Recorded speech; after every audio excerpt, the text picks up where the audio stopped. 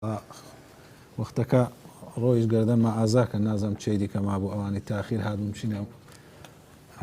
ئەوە لێتان ڕۆی ئینشاڵڵا پاشی دەرسێ مەجال بوو.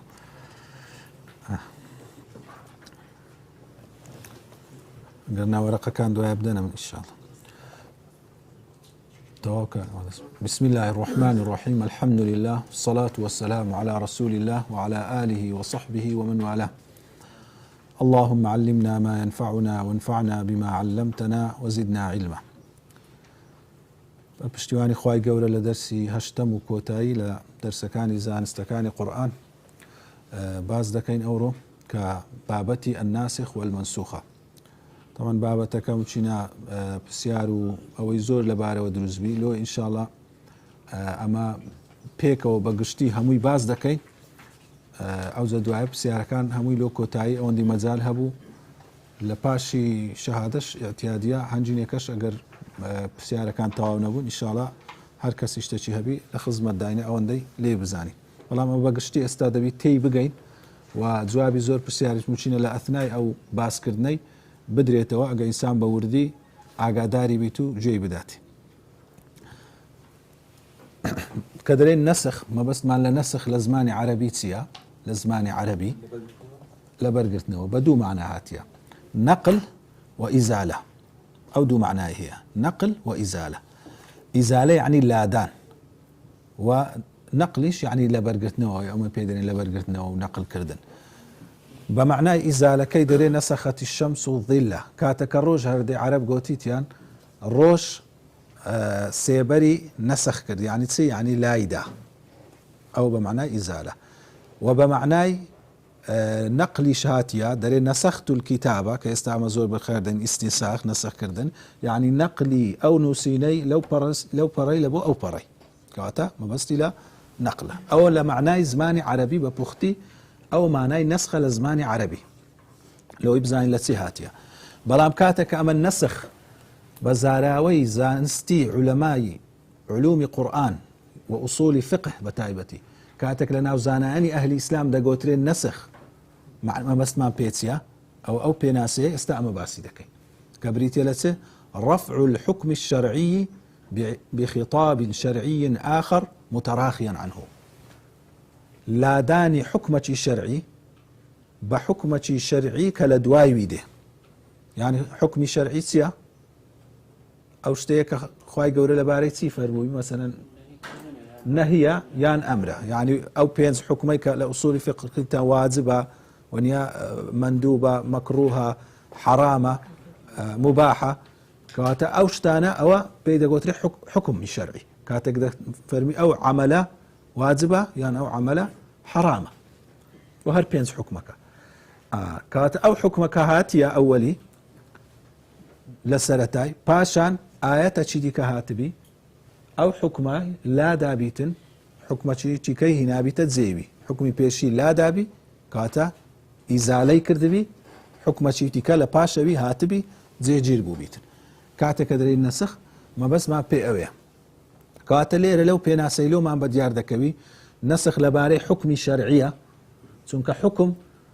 حکمی شەرعی هەیە، حکمی غێر شەرعیش هەیە، بەخۆی حکم سێ نەوعی هەیە. حکمی عەقلی هەیە، ئەو هەر وەکو فائیدەک بزانن، حکمی عورفی یان تەجریبی هەیە، حکمی شەرعی هەیە. حکمی عەقلی چییە؟ ئێستا بە عەقل دەڵێن یەک کۆ یەک دەکات دوو، ئەوە حکمە دەبی ئیلا دوو بیتن، ئەوە حکمی عەقلە، یان دەبی کول لە جوزئی گەورەتر بی، مثلەن ئەو مەکتەبەیە دەبی لە بەشێکی ئەو مەکتەبەیە گەورەتر بی و حکمی چیە؟ حکمەکی عەقلی، حکمت لەسەر دەکات، ئەوە پێی دەگوترێت ئەحکامی عەقلی. ئەحکامی عورفیشمان هەیە یان ئەحکامی تەجریبی هەردوونای پێ دەڵێن، ئەوەیە کەوا شتێک بە تەجروبە هەموو دەمێ ئەو هادەردەچی، حکمە هەموو دەمێ ڕۆژ لە ڕۆژ هەڵات هەردێتن، شەو ڕۆژ لە دوای یەکدی دێتن. مەسە ئەوە حکمەکی عورفیە، خۆ خوای گەورە دەیکرد ڕۆژی لەو لای هەڵبین لەو لای هەڵبینی، بەس کە عادەتەن تەجریبیەن ئەمە تەماشامان کردی هەموو دەمێ ڕۆژ لە ڕۆژ هەڵات هەردێتن. منداڵ لە داک و باوەچی دەبیتن، ئەوە حکمی تەجریبیە، حکمی عادەتە.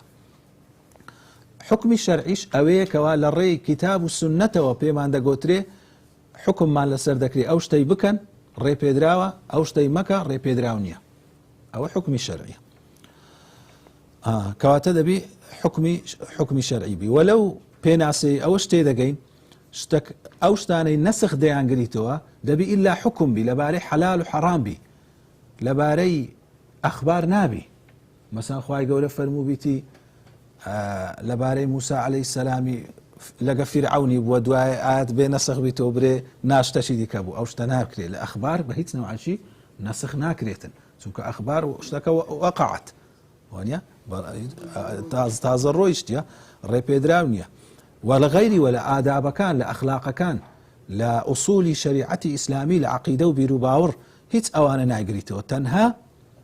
تدا يقريتو حكم دان لوي كوا مشتك حلال بي عن حرام بي تنها حكم شرعي دا يقريتو كوا مسألة عقيدة مسألة آداب وأخلاق مسألة أخبار أوانا هيتي نسخ ناقريتو مسألة وعد ووعيد خواهي قولة بفرمي أوي مثلا قناح حكي بكاتن أو باداشتيتيان أو سزايتي أو شتانا هيسي نسخ ناقريتو نسخ تنها حكم شرعي دا قريتو أوانا برايتو أوي ديش استاباز دا كاين كوا مثلا أوي حكمتي تيدا لسلوي أو نسخة دا قريتو كواتا مرزل بو نسخي سيشت يكم أوشتي نسخ دكري شتشي حكمي شرعي بي حلال وحرام حكم بي واروا دوام دبي أوشتي نسخ دكري باشا خوي حكمتي لكي شرعي آياتك يعني حديثك باشوي هاتبي وثابت بوبي بصحيحي كو آيات لباش أو آياتي هاتي نسخ دكا يعني باجتهاد نابي دبي با صحيحي هاتبي لو من روم ببي تو ببلغي شرعي كو آيات لدواي أو آياتي نسخي دكاتن يعني أو حديثة نسخي أو حديثي دكا سيميان وألا يكون الخطاب المرفوع حكمه مقيدا بوقت معين نابي أوشتي كوا نسخ دكريتن بيوزد بي تنها بكاتة دياري كراو دبي بقشتي هاتبي ما بس لويت يا استا اگر خواي قورة فرمو بيتي مثلا لون من فلانة شت حلالة نيقوت يلو ماوشي حلالة اگر قوت بيتي لو ماوشي حلالة هرب خوي لباش او ماوي دروا حكمكي بس قوتيتي حلالة مطلقي او هالي قرأ دواي هاتيا قوتيتي نأوا حرام كلا مثلا بيغمبر صلى الله عليه وسلم لباري اوي سرداني قبرستان دفن كنت نهيتكم عن زيارة القبور ألا فزوروها بيشتر نهيم ليكربون لوي سرداني قورستاني بكن لكوتاي تماني فرمي استاذ سرداني بكن لأنها تذكركم الآخرة كواتك السرداني كرت نهي ليكربون نيقود بو هتا ما وشي بيش مردنم يان سن صالة شي أمن قدغتان دكم ناو اقتشي لو دياري نكربو أو مثلا خواهي قول القرآن فرميتي فاعفوا واصفح حتى يأتي الله بأمره أولي لما كيك بيغمبر صلى الله عليه وسلم هشتا أمري زهادي بينا كرابو فرموي وازيان ليبينا بشتيان تيبكا حتى خواهي قول أمري خوي ديني كواتا ليلة مسألة زهادي نسخ نايقريتوا بل خو أول وقت معين بوا لما كي زهاد نبوا بخوي فرمويتي له أو وقت معينة إستانيا دعاء لكاتو بارو ظروفي خوي كوقت زهاد داهات هنجينيك آياتكاني زهادي إيش دكن معناه ونية أو حكم أو آيات النسخ بويتو لقرآن بإيشي بيناكري لا أو لبوكاتا شي دياري كراوة ظروفة شي دياري كراوة أو يدي لبو ظروفة شي ديكيا أو زي استا لباري نسخ جمهور علماء لسروين كوا نسخ عقلا ريتيدتي وواقعا هي جمهوري هرزوري علماء هميان تنها يك عالم هيك لا قديم بعض بكري ناوي بيت الكوا قوتيتي واقعا نية يعني تي عقلا واقعا بيشتري أوي بعض بكين يعني لروي عقلية وهيت مانع نية كسك بريتن والله إلا عقلا وريت لناسي خواي قورا حكمتي استابكا دعاء أو حكمي خوي هروش انتو حكمتي تكبكا لو لبروي أوي لي ورد جيري خواي قورا اشتشي نزاني بإستازاني بيتي أو يهود الرأي مثلا بشكل مذهبتي يهودي أوي دارين نسخ نابي هبي لبروي بدائي لي ورد جيري بدائتيا أوي اشتكلوا خواي بديار كتيا بيشتر نيزانيا دارين اگر برين نسخ هي يعني دكا خواي قورا اشتشي لو بديار كتيا بيشتر نيزانيا علماء أويان جواب دايتو لكن خواي قورا أو وقت دياري كراو معلومة خواي قورا يعلم ما بين أيديهم وما خلفهم مستقبل رابردو رانا بردو همو لكنا معلومة بنسبة ميك دريت متى أو كاتي أو شتيبكن دواي بخوي آيات شديني لبروي أو مرحلة أو هذا خوازي مرحلة سرتاي دينا ثابت بونيتي شريعتي اشتا كامل نبوة دري أو يبكن لك خواي قورا واضحة كوا دواي آيات شدي كديتن أو حكم كاتية ئیمامی غەزالی نمونەشی جوان دەینەوە دەرێ ئەگەر ساحێبك بە بەندەکەی خۆیان بە خزمەتکارەکەی خۆی برێتن ڕاوەستە بێ ئەوەی پێی برێ لەو کاتەی دیاریکرا ڕاوەستە بەس لە مێشتی خۆی ئەو داینایە خۆ نارێ بە تەمانیە برێتن هەتای هەڕاوەستە داینایە ئەوە لەو کاتەی دیاریکراوە ئیشەکی پێ لەو ڕاوەستانەی عەبدەکە دەبی چ بکات دەبی ڕاوەستی تا ئەمری ساحێبەکەی دێ دەرێ کاکە ڕاوەستانە بڕۆ فلانە ئیشی بکە دانیشە ڕاوەستانەکە نەما کاتە ئەمە ئەوە نمونەی هەیە خوای گەورەکە پێی فەرموویە فلانە شتی بکە لە بۆ حیکمەتەکی دیاریکرا و گوتیتی بکە مسلمانان کردیتیان هەتا ئەو کاتەی خوای گەورە ویستیتی لای بردی ئەوە نەسخی کردیە کاتە لەکن ساحێبەکەی دیار بووەکەوە ئەوە هەتا فلانە ئیشی هەیە هەتا ئەو میێوانانە دەڕۆن بە ئەوە ڕاوەستی ئەو عەبدە وچی میێوان ڕۆیشتن تەوا کاتە لەو شتێکی دیاریکرا بووە ئەوەش وایە خوای گەورە لە بۆ کاتێکی دیاریکرا و ئەو حکمەی ناردیە نەک والعیاذ بالله وهای لێ بخیندرێتەوە یان کەسێک وەها برێتن کە خوای گەورە ئەو ئاەتەی ناردێت وایە لێ پەشیمان بوویتەوە ئاەتێکەکەی ناردی ئەوە سبحانه وتعالى خوای گەورە لەوەی پاک و بێگەردە بەڵکو لە بۆ حکمەتەکی خۆی ئەو کاتە ئەوها پێویست بووە ئەویدی ئەوها پێویست بووە ئیواهەیە لەناو مسلمانانیش بەسە ئێستا ئەو ڕەخنە عەقلیەی دەگرن دەرێن ئەوە عەقڵە نابی نەسەخەبی کو دەبی خواش پەشیمان بیتەوە لە شتێکی خۆی کاکە دەین ئەگەر وەبی کو خوای گەورە هەنجینەکە دەبی برێ نابی لە تەوراتش پشێمان بووبیتەوە لەو ئینجیلی ناردیە ئەنی خۆ لە ئینجیلی دەفەرمی وەلئوحیل لەکم بعض الذی حرم عليکم ئینجیل هات تەواوکەری تەوراتی بوو درێژە پێدەری بوو بەڵام هەندێک حکمیشی لە بۆ ئاسان کردن وانە دوای قورئان هات ئەوانی هەموو نەسخ کردەوە باش خوای گەورە ئەوانەی لۆ ناردیە لە بۆ ئەوەی ئەوە لە بۆ کات و دیاریکراوی خۆی ئەوە مەسلحەت و حیکمەتە خوای گەورە حەکیمە کاری لە جێی خۆی دەکا لە کاتی خۆی ئەوە حکمت بووە لۆ ئەو قەومەی ئەوە حکمت بووە لۆ قەومی مسلمانانش ئەوە حکمەتە لە سەرەتای دابەزینی وحی و هێشتا دین کامل نەبووە ئەوە حکمت بووە بەڵام دوایە کە دین کامل بوو هەمووی اليوم أكملت لكم دينكم وأتممت عليكم نعمتي ئێستا مثلا حکمەتەکان لە هەندێک ئاەتی نەسخی زۆر واضح و عەجیب دیارن مثلا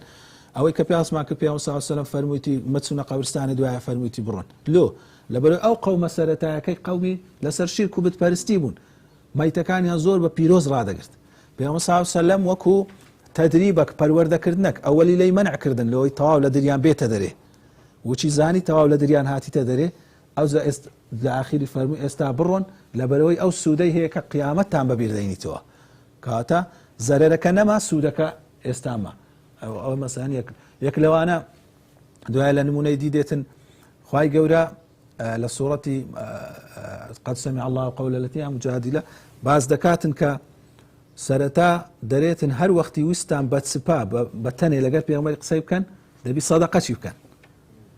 ئەوە بەس تەنها ماوەک لە ڕۆژێ بەس ئیمامی عەلی پێڕاگەیشت چونکە ماوەی سەعاتەکی یعنی ماوەی کەم لە ڕۆژێ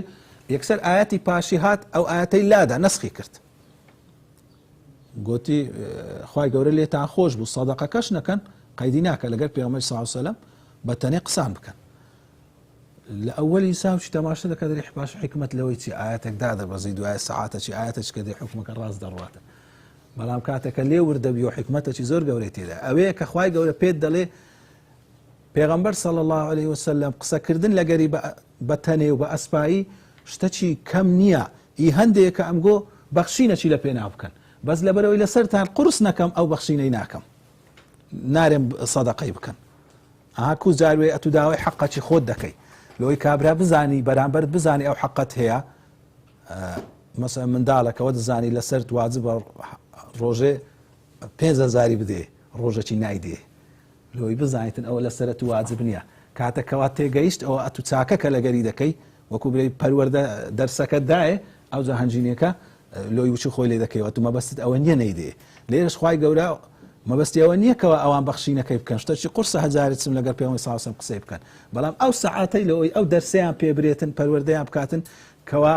کەسانێک بە زێدەڕەوی بێ ئەوەی ئیشەکی مهمیان هەبی هەموو دەم و هەموو کاتێکی پێغەمبەر صلی الله علیه وسلم ئیزعاج نەکەن بچن پرسیاری لێ بکەن وەرای پێغەمبەر صلی الله علیه وسلم ئیشەکی بەتەنێمان پێی جودایکەنەوە لە مەجلیسێ ئەو دەرسەیدا سەحابەکان کاتە ئەوەی لە نەسخ بێ حکمەتی بە دیار دەکەوی جاروێ ئەمەیە بەڕاستی نایبینین ئەگەر نە زۆر حکمەتی تێدایە کە خوای گەورە تێیدا دانایە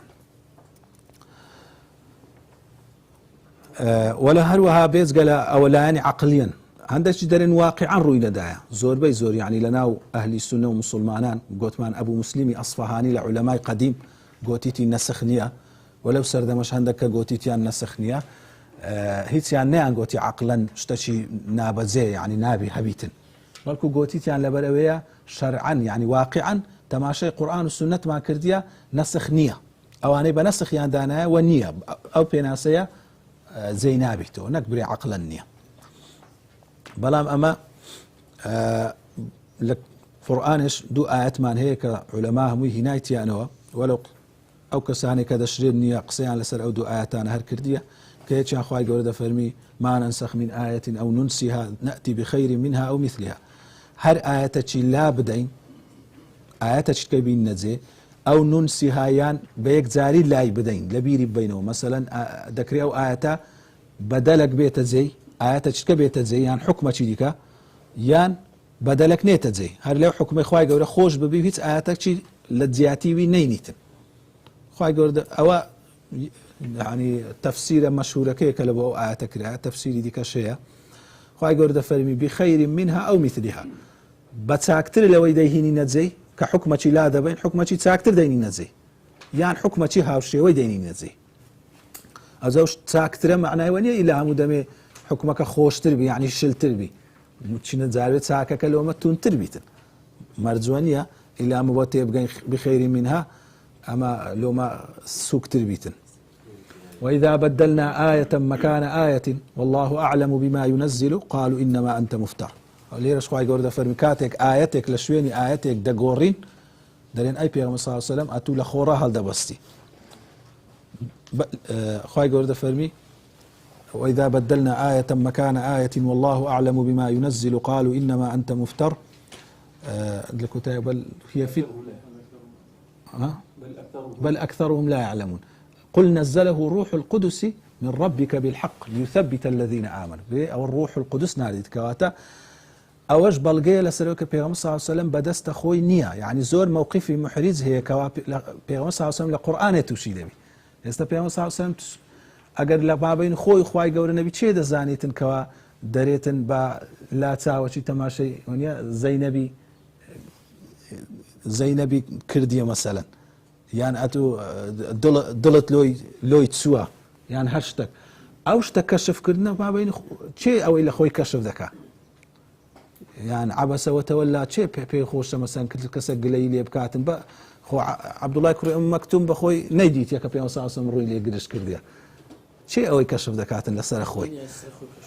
كواتا ولوتسيا لو اويكا بيبلتن كوا اولا لا اخوي غورو هاتيه او حكمانش لا اخوي غورو كهاتيه مشينا بيغمبر صلى الله عليه وسلم لا اوي بشري خوي بيخوش نبيتن بري والله او حكمي غوري او حكمي كاتا اتولو اوي خوي غورو بي بفرميتن اي دورو بري اواني مانتان هي او بيغمبر صلى الله عليه وسلم لا رب العالمين ولويدي باخ وكبري باخوشي وناخوشي بيغمبريش نيا او قرانه بويك اخوي غورو ديويتن اوي او دزانيتن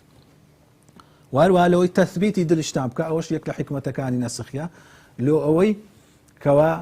هندك حكم هي سرتا لسرتان قرصا خوي غور النارديتي لبو حكمتك دواي لسرتان خفيف ذكات وكو حكمتي دولوانا ما باسكرت ازاستا بين سر اقسام النسخ يعني تنزور نسخ مان هيك او زانيان باسيان كرديا صار زور نسخ مان هي زور يكم يان نسخ القرآن بالقرآن يعني قرآن آياتك قرآن لادتي آياتك ديتزي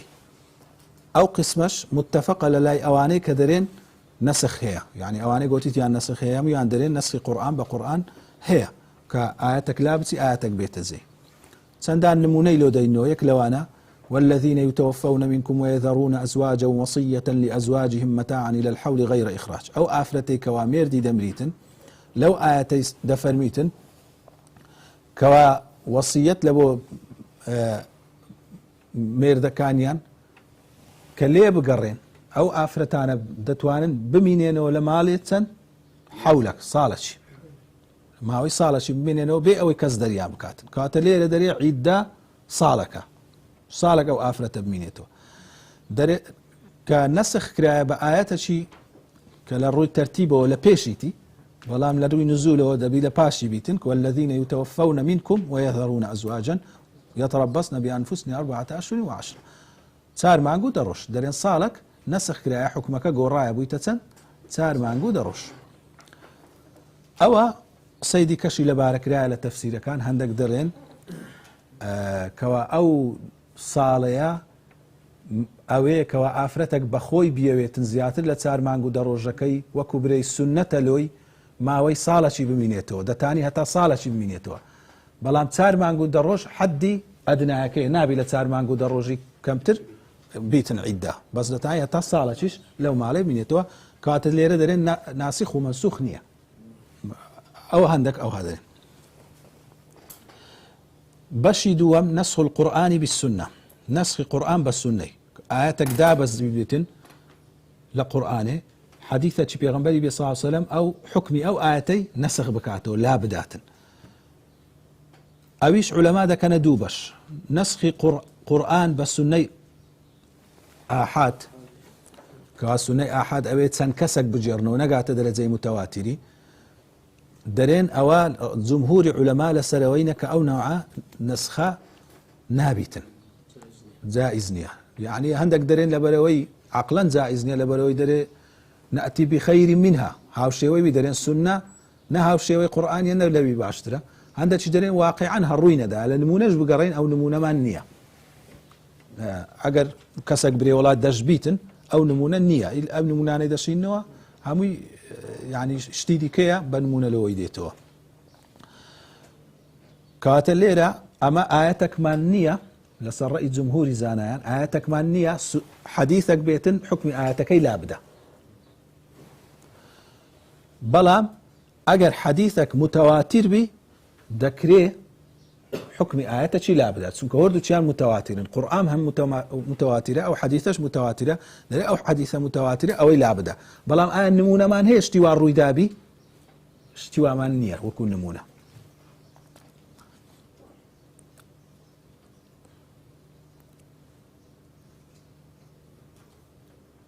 القسم الثالث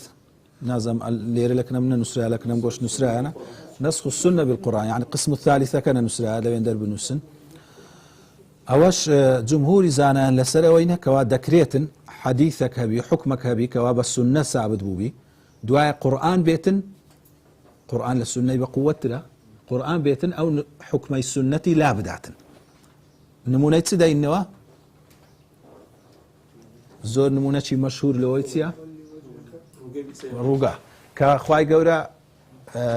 فەرموویتیان ئەمری کردیە بەس بەبێ قورئان ئەمە لە قورئانی ئاەتێکمان نییە برێ ڕوو لە بەیت المەقدیس بکەن وانیا ئەدی پێغەمبەر صلی الله علیه و سلم کو سەرەتات ڕووی لە بەیت المەقدیس کردیە بە سونەت ونیا کەواتە بە سونە بووە ئەدی دوای ئاەت دێت چ دەکا دەرێ ڕوو وەربژێڕە لە بۆ کەعبەی کەواتە لێرە ئاەتێک هات حکمی سونەی نەسخ کردەوە واضحە ئاەتێک هات حکمی سنەی نەسخ کردەوە. ڕۆژی عاشوڕا ئەمانە ڕیوایەتمان هەیە کەوە ڕۆژی عاشوڕا پێشی ڕەمەزانێ سەرەتا واجب بووە ئەوانەی کە دەرێن سەرەتا واجب بووە بە پێی ئەو حەدیثەی دوایە کەوە ڕۆژی ڕەمەزان دێتن نەسخ دەکاتەوە واجببوونی عاشوڕا لە قورئانێ هەیە نییە دەرێن پێغەمبەر صلی الله علیه و سلم بەخۆی بە سونەت واجبی کردیە دوایە کەوە ئەوە دێتن ڕەمەزان دێتن بەو ئاەتەی نەسخ دەبیتەوە. طبعا ڕۆژی عاشوڕا قسەی زۆر زۆری لەسەر ینی ئەوەکان بەڵێ بەڵێ حەدیثی لەسەرە بەڵام حەدیثی دیکەش هەیەکەوە ئیشکالی زۆر لەوە حەدیثەی دروست دەکاتن.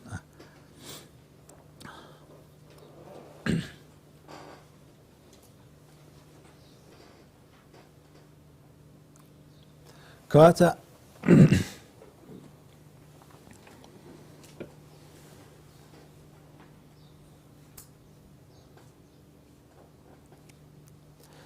ئەو جارە جۆری چارەم دێتن نەسخ السنەتی بالسنە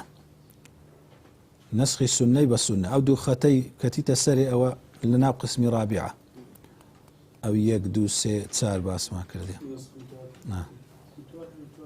بەرێ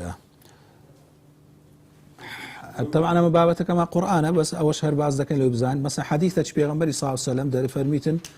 أو حكم شرعية حديثك كده باشوي دريتن أو حكم لادرا أو حكم هاتزي طبعا أو لنا دائرة أهل السنة هم متفقين حتى أوانش كدرين نسخنية أو رأي نوياني استاشيا وأي رأي والله أعلم أبو مسلمي أصفهانيش بيشترك تاكا كذبوا لي جيرد رايته وناوي هبوا إنكاري نسخي كربي همو دارين نسخي السنة بس سنة دبيتن شيء تدانية أو زي نسخي السنة بس سنة أجا السنة متواتر بس سنة متواتر دبي آحاد بآحاد دبي آحاد بمتواتر دبي بس متواتر بآحادي چونك متواتر بقوة ترى ديسان أو كوار رئيس جمهور ما باسكر أو خلافة ديتو غوري لقوت ما النبي أوي بقوتكي لا بدي بقوتكي أو هر صار زوري نسخ بوك لقرآن هي يعني بله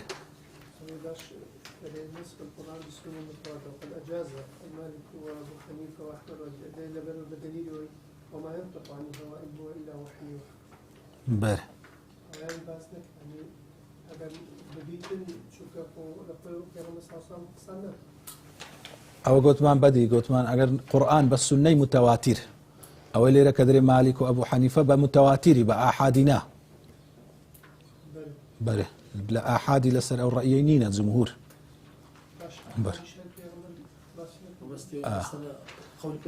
بله بله أو إشكال شيء أو دروس دكاتره مثلا آحاد ظني الدلالة يعني احتمالي ناراستي دكوي تناوي أجر سر ناراسني بس احتمالي دكوي تناوي بس أبي متواتر قرآني أو احتمالي تدانية لأن أبي باحتمال بو احتمالي ناكويتي يعني استاتدو حديثي صحيح بين آحاد هو بدوشي صحيح يشوله بيغمبر صلى الله عليه وسلم روايات كده ذكري يكشيان بقوة تربي يكشي يكشيان شاذ بي أبي دي كور بقري لحديثي والله لا قرآني لا تواتري أو ناكري ونيا استعمل لا حديثي درين لا يكلب شرط كان صحيحي ده بالشاذ نبيتا يعني الشاذ نبي يمكن سندك يهردو كان سندي صحيحة بس يكشيان مخالفة لخو بقوة تري كرديا يكسر أبي بقوتك لا يدبي يعني معناه ظني الدلالة نسخ السنة بالسنة وش ما باسكت قلت ما أجا أنواع نسخ التلاوة والحكم معا يعني أليرنا نسخ بجويري قرآن والسنة دا باش دبوت سار زوري بلام لي قرآن بقرآن بالسنة ليرة بجويري آياتك وحكمك دبيتا سي زوري سرتشي زوري كميان نسخ التلاوة والحكم معا آياتك معنى إلى قرآنه حكمتي فرموه أو آية نسخ بويتو نمايا لا دراية وحكمكش نمايا يعني هم خدي آياتك نمايا هم حكم آياتكش نمايا وكو نموني أويك ومسلم رواياتي كديال عائشة ورزاي خويلبي دفرمي لقرآن داب الزيا كان فيما أنزل 10 رضعات معلومات يحرمنا فنسخنا ب5 معلومات دري أولي لقرآن بداب زيبو كوا بدا شیر خواردنی منداڵێکی کەوا لە 2 ساڵان گچکەتر بیبێکن ئافرەتەکی دیکە 10,000 شیری لەکن بخوا دەبیتە منداڵی شیری وانە دەرێ ئەو لە قورئانێ بوو بەڵام دوایە نەسخ بووە 5,000 فتوفي رسول الله صلى الله عليه وسلم وهن مما يقرأ من القرآن دفن بيغمبر صلى الله عليه وسلم وفاتشي کرد دەخیندرانە ولا قورئانێ ئەو جلێرە ئیشکالێکی گەورە دروست بووە تا مستەشریقەکان دەرێن معنای وەبێ ئەو قورئانە لباش بيغمبر صلى الله عليه وسلم لا دراية درين لا أما لباسي جمع قرآن باس ما كرد كوا أو نسخانة إيواهبوا دهاد تنكسك دهاتن دي نسينوا إيواهبوا دعاء الصحابة كان لسلوان نسخ يعني كرد دتسونا شويني دي توشي سفر دوي يعني لشويني كدر ومدينة دجيا علينا حضرة عائشة رضي الله عنها المبستي أوي كوا هندك كس هبوينا نسخة كان هشتا قديم بو بيغمبر صلى الله عليه وسلم مرديشة چونك بتاخيري أو آيات نسخ بويتوا هشتا هندك نسخيان لكن هبوا هندك كسبوا كهشتا تيدا ما بوا نك وكو قرآن لكن همو صحابة كانوا لنا ومصحف كان همو ما بيتن أو زدوا إمام عثمان لا يدا بيتن نانا اشتوانية بلكو أما قلت مان إيشي لجنكش أو أبو الزيد أو أنا كوا أو كسانة ليلة بغلط داتسوني عندك آيات كوا نسخ بويتو أنا أقاين لينا بو نسخ بويتو أو أنيان ور نقرت أو بارتسا بيستو أو نسراوانيان ڕەت کردەوە پێیان گوتن کەوا مەسەڵەن ئەوانە نەسەخ بووینەوە. ئەوە ئەلێرە مەبەستی ئەوەیە کەوا ئەوەندە نێزیک وەفاتی پێغەمبەری صلی الله علیه و سلم نەسەخ بووە، هەندێک کەس خەبەری پێ نەگەیشت بوو کەوا ئەو ئاەتە نەسەخ بوویتەوە، هێشتا هەردەی خوێندەوە. نەوعی دووەم نەسخ الحکمی وبەقاء التلاوة. ئیوا هەیە حکمەکەی نەسخ بوویتەوە بەڵام خوێندنەوەکەی مایە، یعنی ئاەتەکە لە قورئان ئێستاش دەخوێندرێتەوە بەڵام حکمەکەی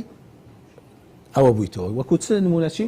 ئەوەی ئاەتی پێشی مثلا متاعا إلى الحول غير إخراج، وما ئەگەر بەو ڕەئیەی ئەوانەی کە دەرێن نەسخ بووە بە نەسخی حساب بکەین، ئاەتەکە لە قورئانی هەمایە بەڵام حکمەکەی کە ئافرەت یەک ساڵی عیدەی بیتن ئەو حکمە نەمایە، حکمەکەی گۆڕایە لە بۆ 4 مانگ و 10 ڕۆژی. بە زۆری ئەو کتابانەی لەسەر نەسخ نووسرایە بە زۆری باسی ئەو جۆرەی دەکەن و ئەو جۆرەی تێدا مەسەڵەن پێدادێن لە ئەوەلی قورئانە تا ئاخری لە فلانە سوورەتی ئەوە نسخە ئەوە نسخە ئەوە نسخە، بەڵام ئەمە لە کۆتایی تێبینیەکی باز دەکەین کە نەسخ ئەوەندە زۆر نییە و زیادە ڕەویەکی زۆری لێکرایە لە نووسینەکان. ممکن هەندێک کەس برێتن حکمت چیە لەوەی حکمەکە ڕۆیە ئاەتەکە مایە، لەمە هەندێک جوابیان دانەوە لۆی بزاندرێتن کەوا کەلامی خوای گەورە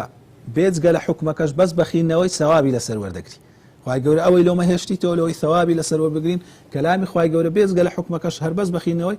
ثەوابی لەسەر وەردەگرین. وەلەوەی بە بیریشمان بینیتەوە کە خوای گەورە ئاسانکاری لۆ کردینە کو ئەو تەشریعی بەوەی لە بۆ گۆڕینە بەمەرحەلە. بەرە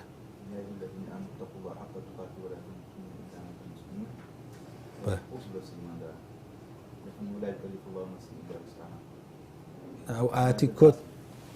كوتاي بقري مثلا فإن تبدوا ما في أنفسكم أو تخفوه يحاسبكم به أو إلى نفسي خوتان آشكراي بكن يا بشارنو خوال سر هموتا محاسبة عندك أو زدرين أو نسخ بيتو بلا يكلف الله نفسا إلا وسعها دري خوای گەورە دوای دەرێ ئەوی ناو دری خۆتان بیشارنەوە ئەوە تەکلیفەکی گەورەیە ئەوە لا درێ بەس ئەمە باسمان کرد نەسخ بەس لە حکمی دەبی ئەوە حکمی شەرعی نییە ئەوە خەبەرە کە خوای گەورە دەفەرمی ئەو هذا نووسین ئەوە شتێکی دیکەیە لە کتابەکەم بەس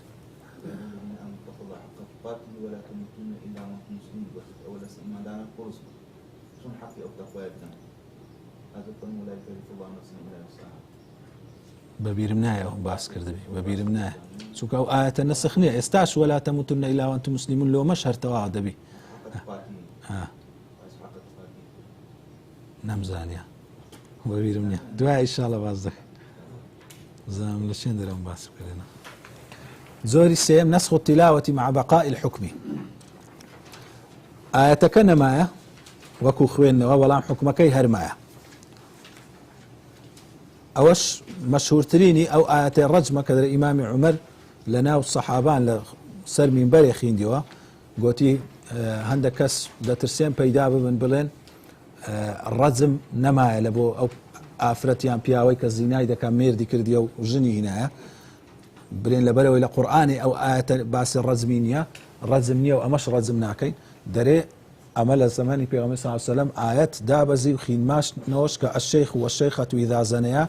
فارجموهما البتة نكالا من الله والله عزيز حكيم کە ئافرەت و پیاوی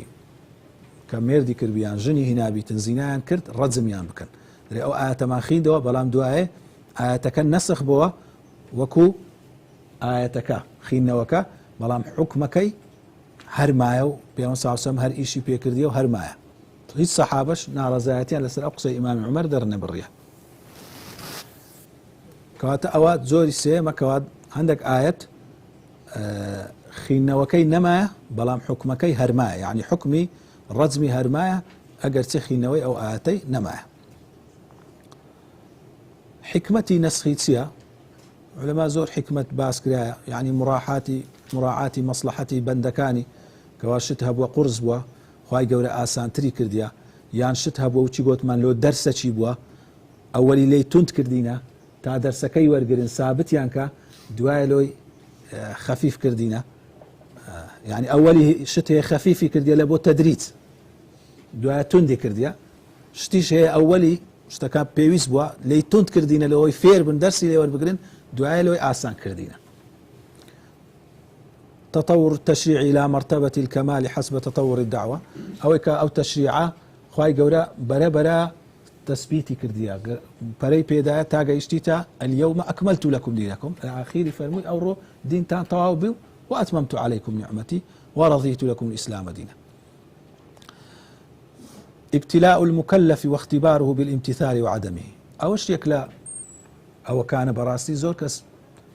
ئەوانەی لایانی عەقلی فکر دەکەن و ئاگایان لەو خاڵەی نییە. خوای گەورە هەندێک شتی دەکاتن وەکو تاقیکردنەوە لە بۆ بەندەکەی مەسلحەتی تێدا بیان تێدا نەبی لۆمە دیار بیان دیار نەبی وەکو تاقیکردنەوە دەکاتن. خوای گەورە لە قورئان دەفەرمی یا أيها الذين آمنوا ليبلونكم الله بشيء من الصيد تناله أيديكم ورماحكم ليعلم الله من يخافه بالغيب. لەبارەی حەجێ دەفەرمی خوای گەورە تاقیتان دەکاتەوە بەوەی کەوا ڕاوکردنتان لێ قەدەغە دەکا وەختی لە ئیحرام دانا شتێکتان دەکەویتە بەردەستی تەواو ئەو زەمانە نەمایە بەش پێشتر وابووە لە ناو حەڕەمێ بزنە چێوی گەیشت باە هەر شتێکی گەیشت باە کابرا لە بەردەستی باە دەیتانی ڕمەچی لەو باە یان شتەی لەو باە نەیدەتانی فەرمی دەستتان دەگاتێ ڕمەکانتان دەگەیشتێ بەڵام خوای گەورە لی مەنع کردینە لەبەر چ نارێ لەبەرەوەی فلانە حکمەتی تێدا فلان ليعلم الله من يخافه بالغيب لۆی خوا بزانی چێ بە لە کاتی نائاگاداری کەس ئاگای لێ نەبی بە غەیب لە خوای گەورە دەترسێ یعنی چینە کەس ئاگای لێ نیە لە چۆلەوانیەکی لە چیای عەرەفەیان لەو دەوروبەرەی شتێکی کەتە بەردەستی بەڵام ڕاوی ناکاتن لەبەرەوەی ئەو حکمەک نییە کەوا حکمی دەوڵەت بیتن برێ وڵا دەوڵەت ئاگای لێنی ئەو حکمی ڕەب العالەمینە بۆی جیا دەکرێتەوە کەواتە ئەلێرە زۆر جاروەیە مەسەڵەن ئێستا ئەی بەنی ئیسرائیل لەبەرەوەی لەسەر خۆیان توند کردن و زۆر مجادلەیان لەگەر پێغەمبەران کرد خوای گەورەش لەسەری توند کردن لە قورئان دەفەرمێ حرمنا عليهم طيبات وحلت لهم هەندێک شت حەلال بوو لەسەرمان حەرام کردن لەبەرەوەی ئەو قەومە بەخۆی وەهازوولاوە خوای گەورە لەسەری توند کردن بەڵام جاروێ قەومەکە کەوا بەرەو لای خوای گەورە دەگەڕێتەوە شایستەی خوای گەورە لەسەریان ئاسان دەکات کەواتە ناکرێ بەو نەوعی تەماشای حەلال و حەرامی بکرێ داخۆ مەسلحەتی لۆ من چەندە لۆ ئینسانیەت ئەو خاڵێک دوو خاڵ سێ خاڵ وەلەو لە کۆتاییدا لۆمە بە دیار بکەویان بە دیار نەکەوی هەر شتێک خوای گەورە داوای کردی ئیلا مەسلحەتە هەر شتێک نەهی لێ کردی ئیلا مەمنوعە ئەوی لۆ توندیشی کردیا ئیلا جاروەیە وشی دەرێ ئەتوو منداڵەشی تەربیەت دەدەی ئەو سزای دەدەی ئیلا لەبەر مەسلحەتەکی سزای دەدەی یعنی خوای گەورەکەوە لە بەنی ئیسرائیل شێو شتانە حەرام کرد لە بۆ دەرسێکی حەرامی کردیەکەوە بگەڕێنەوە تەمبێ بن نەک لەبەرەوەی زەرەری وانی بوێتن یعنی ئەوە دەبی بزانین بەڵام ئەمە شەرت نییە سەرمان لە هەموو حکمەتەکان دەربچێ و ناشبی سەرمان لێ هەموو دەرسی چوو گەگەرم سەرم لە هەموو حکمەتەشی دەرچوو هەنجینێکە ئەمری خوا و ئەمر نەکردنی چی ئیسفادەیە ئێستا مەسەلەن لە چونکە لە مەسەلەی ملایانی عەقلی ئەو شتە زۆر دێتە گۆڕ دەبی بزان ئێستا لە عەسکەری ئەوی لە سەرەیە حکم دەکاتە ئەوەی خوارێ دەرێکا کە بڕۆ ئەتوو بڕۆ فلانە ڕەبیەی فلانە ئیشی بکە دەکرێت جوندی برێتە ئەوەی کاورە بزانام ئەو خوتەت لۆ دانایە خوتەکەت کووە ئەم سەرم لێ دەربچی بزانام ئەو ئیشت چەندی مەسلحەتە چەندی مەسلحەت نییە نە هەتا لە جەیشەکان ئەوە بوویتە قاعیدە دەرێ نەفذ ثم ناقش ئەوەلی تەنفیز بکە ئەو جە مناقەشەی بکە لەوەی بەدیار بکەوێت تو جوندی ئەگەرە تو لەسەر هەموو شتێکی مناقەشەی من بکەی یعنی ئەمە دیارە پێکەوە ئەو جەنەڕالانەینە ئەوی خوتەی عەسکەری دادەنێ لەسەر مێزەشی دادەنیشتی دیارە تو شوچی وانی ناتو لە حکمی وان نییە تو جوندێکی ئیشت تەنفیزە کاتە ئەگەر ئەوە لۆ بەشەرێکی ڕازبی کەەوە علمی لە علمی بڕک کەمترە ئەوی دی بڕک علمی زیاترە برێ ئەمن ئەو هامە ئەدی لۆ ڕەب العالەمینی کە يعلم السر ونجوى لا يخفى عليه خافية كو إنسان دبي بنوع تعامل لقى رب العالمين بكاتن بري والله هر حكمكم هاتا تاتينقم وهم مشتكم لورنك يوا مصلحتي منيسيا مفسدة منيسيا أجو هنجيني انقيادي دكم وزيب زيدكم كاتا أول براستي ابتلاء زور قورية ضل إنساني توشي أوي نبيتن مسلمان أوي كتسليمي أمر إخواي قوري بيتن لكوتاي يعني أواني كوا مثلا چەند تێبینیەکە یەکە باز بکەین یەکەم تێبینی لە مەسئلەی نەسخی زیادە ڕەویەکی زۆر شت کرایە کە زۆر شت کرایتە نەسخ نییە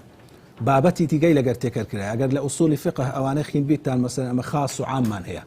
خوای گەورە ئەوەلی ئاەتە عام دەینیتن دوایە تەخسیسی دەکا مجمل و مبەیەنمان هەیە ئەوەلی بەگشتی دەینی دوایە ڕۆنی دەکاتەوە مطلق و مقەیەدمان هەیە ئەوەلی بەکراوەیی دەینی دوایە دەیبەستیتەوە بە شەرتەچی بە مەرجەچی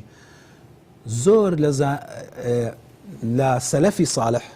صحابة وتابعين وباشوانيش نسخيان بمعناية قشتي بكارهنايا باناي او بيناسي بكاريان نينايا يعني عام ومطلق ومقيد وعام وخاص ومجمل ومبينيش يعني هرب نسخ باس كرديا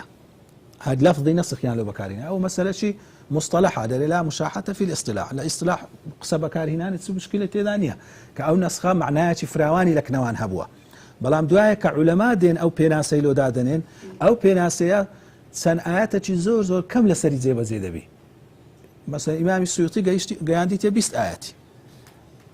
إيواه هي قيانديته 500 آياتي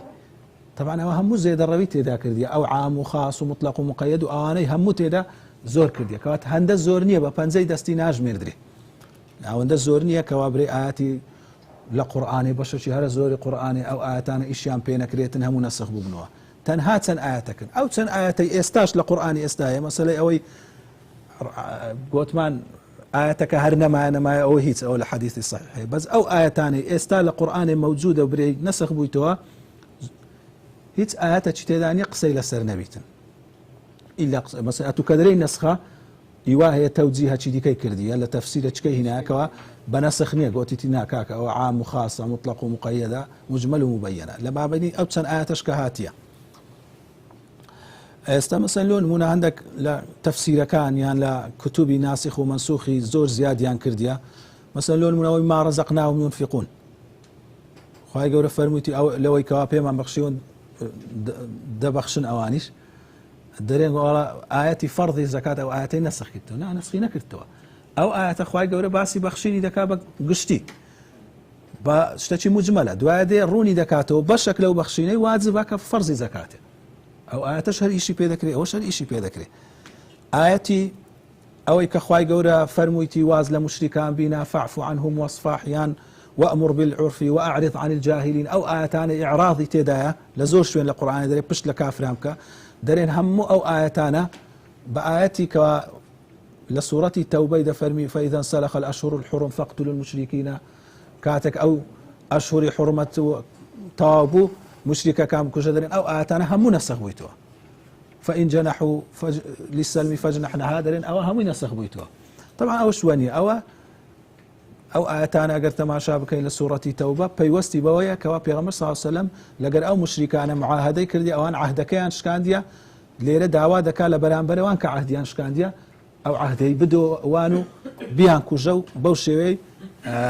زنجيان لقر بكتسوك عهديان شكانديا كواتا مسألة عهد وبيمان لقر مشركين ولقر أوي هردمينيتن يعني وناقري بدي هيج دولتك إسلامي لوينيا بيمان نامة لقر دولتك دي غير إسلامي بستي يعني أو آياتنا هر يكشيان لو باري زياد لو ظروف شيء معينة كاتا هيج تعارضك نيا كامبرين أو آياتنا نسخ بينوا آياتي دي كهاتي تزيه أو تابيني كم تابيني دوم مسألة نسخ وشي باس ما كرد أواني كوان رتي ذا كانوا أجر عقلا بي برين والله حكمتي هندك درين والله هيك حكمة لو يدعني أولي أمر بشتشي بكا باشان أمري بينك لا مسألة حكمتي باس ما كرد إيش خواي قولة لك نخوي تأكيد حكمتي تدا لك نما ديار بيان ديار نبي دبي أما تسليمي بي سوكا قرنا بو حكمتي بي زور شتي شرعي دبي هل وشيني أمن استقصد شي دكم أمن بخوم شخصي خوم مشينا وان بسر هاتي لآيات شي حكمة ملينا ديتيا اگر وابا بعقلي او وقت يمكن بعد با قدام او حكمي ردك مو دواي باش بينك كعلم لو زياد بو زيات الخيميت مو باش تنصاري دي حكمة شي اون دزوانم لو بديار كتيا كهر خيغ سوزدي لو خداي قورا بم كخواي قورا اوش عزيبي لو كشف كردي زور انسان او هاي بسر ديتن كاتهنجينك عقلي من قوره همو كس او هاي بسر ديتن ناكريتن لمسألة عقلي بعقلان بري والله نسخنيه بلا واقعا آير نسخ روي دايا روي ندايا لواقع أو قوتمان زوريني هر زوري زانيان لسري متفقا تنها هندكس شاز قوتيتي واقعا روي ندايا ومناقشي همو أو آياتاني كرديك قوتيتي النسخة قوتيتي نسخنيا أوش وليناكاتن كبري أو كسا ببيت أهلي قمراي يعني أهلي ضلال برام رأيتي شازي هي وصلى الله على سيدنا محمد وعلى آله وصحبه وسلم